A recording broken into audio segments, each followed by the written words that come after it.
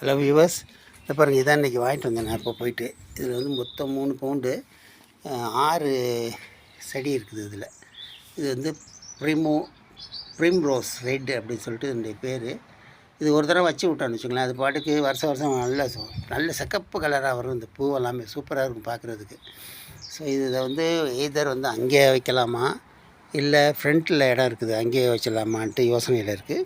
இல்லை நான் என்ன பண்ணணும், இன்னொரு இதே மாதிரி பேஸ்கெட் இன்னொன்று இந்த மாதிரி வரும் பூவெல்லாம் ரொம்ப அழகாக இருக்கும் பார்க்குறதுக்கு. எனக்கு பிடிக்கும் ரொம்ப.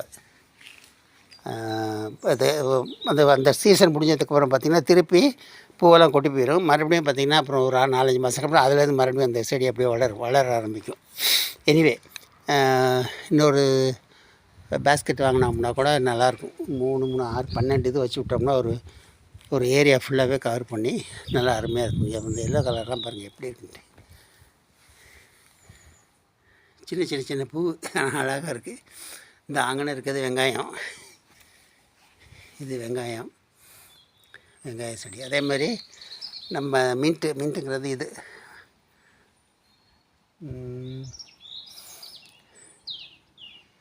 பிரியாணிக்கு போடுவோம்ல மின்ட்டு. புதினா வந்து காம்பெல்லாம் இப்போ ஊனி வச்சுருக்கேன். இந்த பாருங்கள்,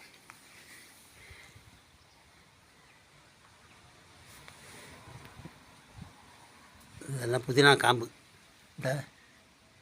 இது பார்த்திங்கன்னா புதினா பொதுவாகவே சும்மா ஊனி வச்சாலே கடன்னு முளைக்க ஆரம்பிச்சிடும்.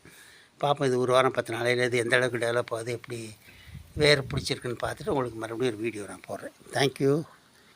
கமெண்ட்ஸு போடுங்க எப்படின்ட்டு. Okay, thank you very much.